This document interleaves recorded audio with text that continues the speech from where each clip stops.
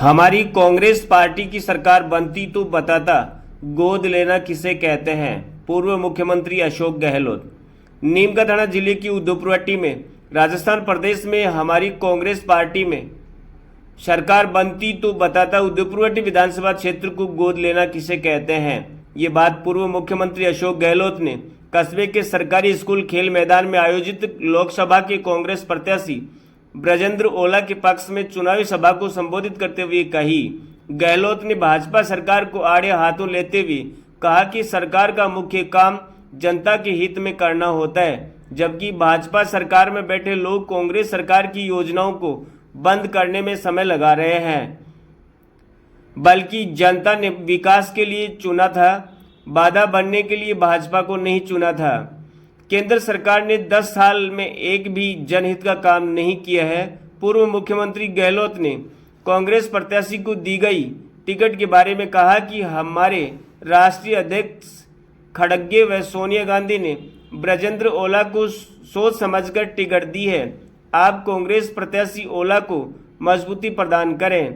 सभा को चोमो विधायक शिखा मिल बराला, मंडावा विधायक रीटा चौधरी, सूरजगढ़ विधायक श्रवण चौधरी, पिलानी विधायक पितराम काला, उदयपुरहट्टी विधायक भगवाना राम सैनी, नवलगढ़ के पूर्व विधायक डॉक्टर राजकुमार शर्मा, खेतड़ी पूर्व विधायक डॉक्टर जितेंद्र सिंह, खानुखा बुधवाली, पूर्व मंत्री किशन जेदिया, कांग्रेस जिलाध्यक्ष दिनेश सुंडा, पूर्व विधायक भोलाराम सैनी, समाज सेवी यशवर्धन सिंह शेखावत, यूथ कार्यकारी प्रदेशाध्यक्ष सुधींद्र मूड, कार्यकारी जिलाध्यक्ष अजय तशीड़, खलील बुडाना, खेतड़ी प्रधान मनीषा गुजर, NSUI जिलाध्यक्ष राहुल जाखड़, गुढ़ा गोरजी ब्लॉक अध्यक्ष नवीन खेदड़ सहित दर्जनों नेताओं ने कांग्रेस प्रत्याशी ओला के समर्थन में आम सभा को संबोधित किया। इस दौरान राकेश जमालपुरिया, नरेश कटारिया, राजेंद्र मारवाल, शिव प्रसाद चेजारा, पूर्व चेयरमैन रुडमल सैनी, पार्षद महेंद्र सैनी, कुलदीप कटारिया, रामकरण सैनी, प्रभातीलाल सैनी चिराना, पूर्व सरपंच ख्यालीराम टोडी, विजयपाल बाटीवाड़, जयंत मूड, राजीव गोरा, दीपक बागड़ी, पार्षद श्यामाराम सैनी, पार्षद भागीरथ मल सैनी, पार्षद विश्वेश्वर लाल सैनी, संदीप जीनगर, बल्लाराम सैनी, पार्षद प्रतिनिधि महावीर प्रसाद सैनी, एडवोकेट श्रवण सैनी, पार्षद प्रतिनिधि लालचंद सैनी, पूर्व सरपंच अर्जुलाल वर्मा, संजय तंवर सहित सैकड़ों कांग्रेसी पदाधिकारी एवं कार्यकर्ता मौजूद रहे।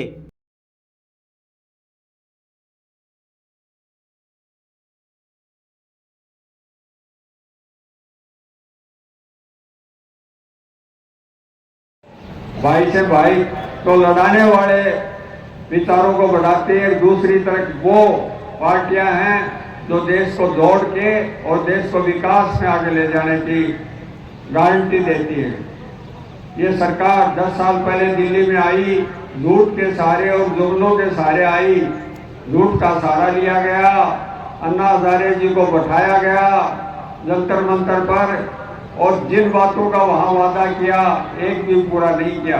इनका मुख्य मांग उस समय ये थी कि लोकपाल बिल पास किया जाए, उसको मजबूत किया जाए, पर 10 साल में जिस लोकपाल को लेके दिल्ली में बैठे थे उस पर एक शब्द भी नहीं बोले हैं, नहीं किया है। जो इनकी कथनी और करनी है उसमें दिन रात का फर्क है।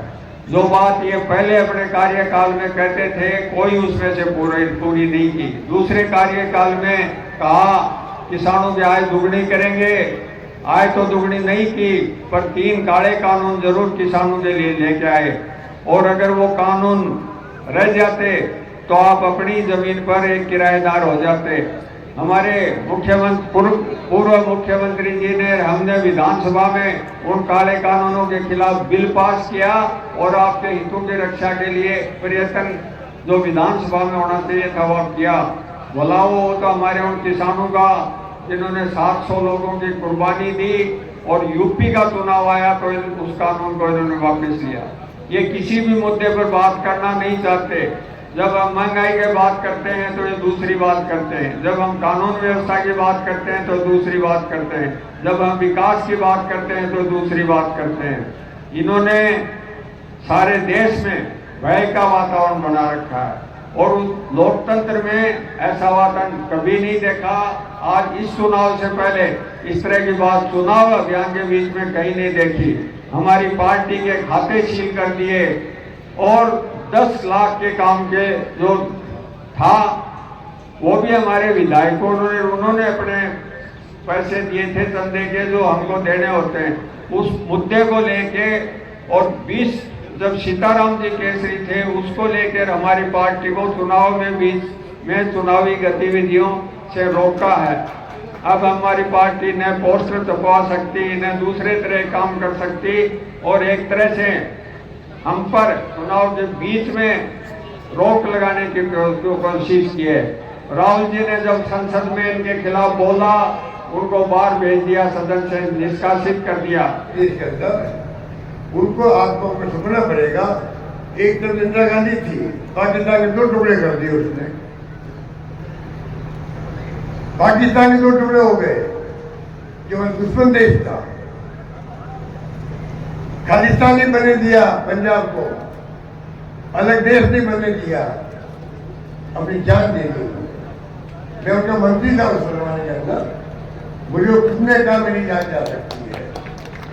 उन्हें उड़ीसा ने कहा अगले दिन जान चली गई। उन्होंने कहा हो सकता है मेरी जान चली जाए, तो मेरी जान जाएगी तो मेरे खून का एक कतरा देश को मजबूती प्रदान करेगा। ये काम बताइए, ऐसे बड़े बड़े नेता हुए, पंडित नेहरू हुए, बागा डैम बना दिया, बड़े बड़े कल कागज आ गए, उनकी बात नहीं करेंगे, बदनाम करने की बात जुटा।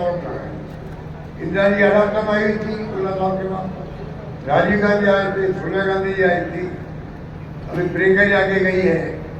तो जो रिश्ता 16 साल का निभाया है वो आप सबको मालूम।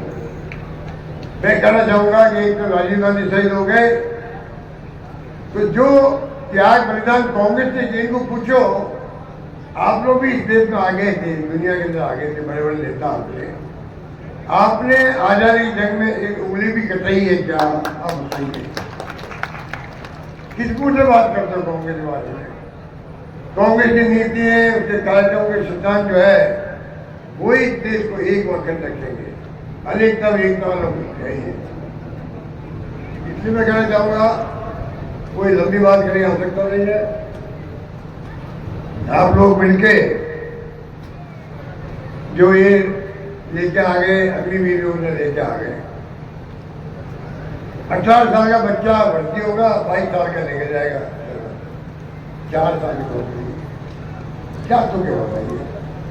अभी कांग्रेस ने, राजीव गांधी जी ने खड़गेदार मैनिफेस्टो डिक्लेयर किया है, देखा होगा आपको आज अखबारों के अंदर पहले पेज में आया। मैं आपको रिक्वेस्ट करूंगा, हर अखबार में पहले पेज में आज मैनिफेस्टो की मुख्य बात आई है, जिसमें किसानों का MSP का कानून पास करेंगे, वो भी उसके अंदर वादा किया गया। आज के अखबारों में जो आया MSP का,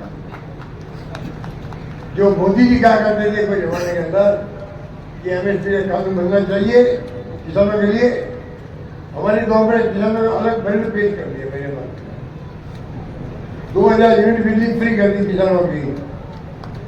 क्या क्या नहीं किया हमारे वक्त में किसानों के लिए? बुजुर्गों को पेंशन, बूढ़े लोगों को, विधवाओं को, दिव्यांगों को पेंशन दे दी, पशुपालकों को लंबी रोग आ गया, 40,000 रुपये प्रति गाय मरने वालों को दे दिए, उनको बीमा करने 2 गायों का, गौशालाओं का हमने अनुदान दिया, 500 करोड़ दिए बीजेपी ने, हमें 3000 करोड़ दिए गौशालों को दिए राजस्थान के अंदर। और गोबर को बनते हैं, क्या राम भक्त हम नहीं है? क्या राम भक्त हम नहीं है कि बचपन से ही राम राम सा कहता है, वोट राम के नाम मांग लेते हैं लोग। इसलिए मैं कहना चाहूंगा, बुलंद साहब का हमारी सरकार ने काम किया, उसमें मैं गिराने खड़े हूँ तो उसमें शांत हो जाएगी। पर मैं आपको इतना कहना चाहूंगा कि एक वोट बहुत कीमती होता है। वोट देने की आपकी इच्छा है, उससे काम नहीं चलता है। वोट गिनती में हो जाता है जो वोट जाके हमारा मशीन में बटन दबता है, वो काम करता है।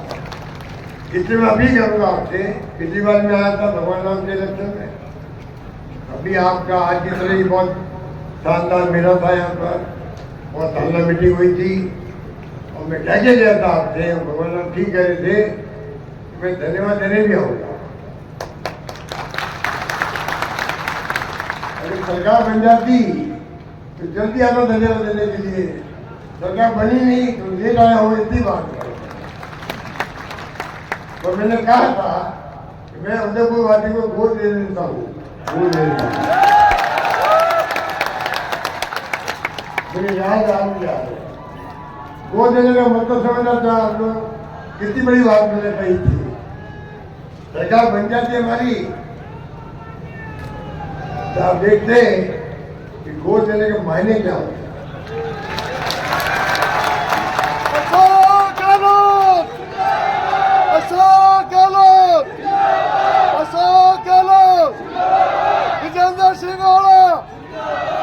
आपको लगता कि गोद देने चले गया मुख्यमंत्री, और मुख्यमंत्री बनते ही पहली मीटिंग उदयपुर वाटी में हो रही है और आप लोग पूछते हैं आपको क्या क्या चाहिए, आप बताइए गोद देने का मायने क्या है। उस प्रकार से मैं काम करता हूँ उदयपुर वाटी के लिए, ये मेरे दिल में था, इसलिए मैंने कहा मैं गोद दे देता हूँ।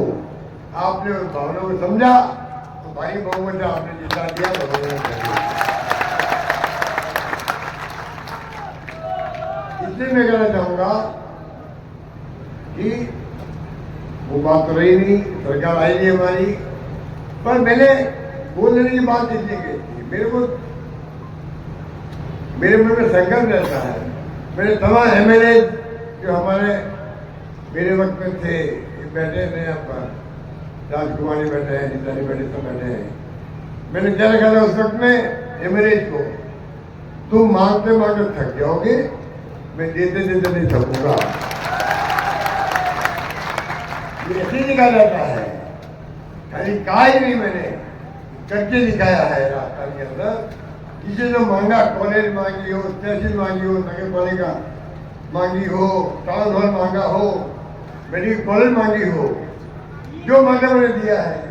इस प्रकार रास्ता का विकास हुआ था। इसलिए मैं आप मंच पे कहना चाहूंगा, ओला जी तो आप भारी बहुमत से कामयाब करेंगे और राजस्थान में जो सीटें जीत रही है कांग्रेस, ये आपके एमपी की बात करें, मुझे बताओ 24 एमपी थे इनके बीजेपी के, एक था इनका सहयोगी आईएमपी थे हनुमान बेनीवाल, 25 लोग, पूरे 24 लोग के 17 थे तुम लोग, वो तो आनंद भी अलग पार्टी थी। 24 एमपी से पूछो, मंत्री बन गए 3 दिन उनके, और चुनाव हार रहे वो लोग भी हार रहे। आप बताइए मुझे, इन्होंने 10 साल में काम क्या किया? 10 साल में गए एमपी बैठे, 2 एमपी गए, एक काम बताया भाई, हमने एक काम बड़ा काम किया, एक काम बता दे। यमुना के पानी लाने की बात कर रहे हैं आपके जुनू के अंदर, ये इस प्रकार से खाली लोगों को भ्रम कर लगा, आवाज में कर लगे हैं, पता लग जाएगा कब का पानी आता है आपको, यमुना का पानी का। ये आजीविका योजना जो नया एग्रीमेंट किया है, जिनका पुलिंदा है वो, मैंने रोका था, मेरे वक्त में एग्रीमेंट हो रहा था, वो हमारे हितों की रक्षा नहीं करता राजस्थान। इस प्रकार के हालात है राजस्थान के अंदर, इन पर विश्वास मत दीजिए, यकीन मत कीजिए। और आपको जो इश्यू है, इश्यू क्या है देश के अंदर? बेरोजगारी इश्यू है। राहुल गांधी की यात्रा थी 5 जोड़ों यात्रा,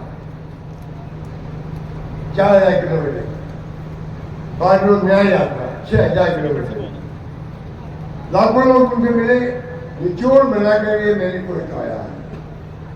5 न्याय 25 गारंटी उसके अंदर है, महिलाओं के लिए, श्रमिकों के लिए, छात्रों के लिए, नौजवान के लिए, किसान के लिए, सबके लिए अत्यधिक काम होगा, ये वादे किए गए उसके अंदर। आप उनको देखिएगा, आप उनको जो वादे किए कांग्रेस में, सरकार बनती एनडीए की, गठबंधन बन गया हमारा, आरएलपी के साथ बन गया है, सीपीएम के हाथ में हो गया है, बाप पानी के हाथ में बात हुई है।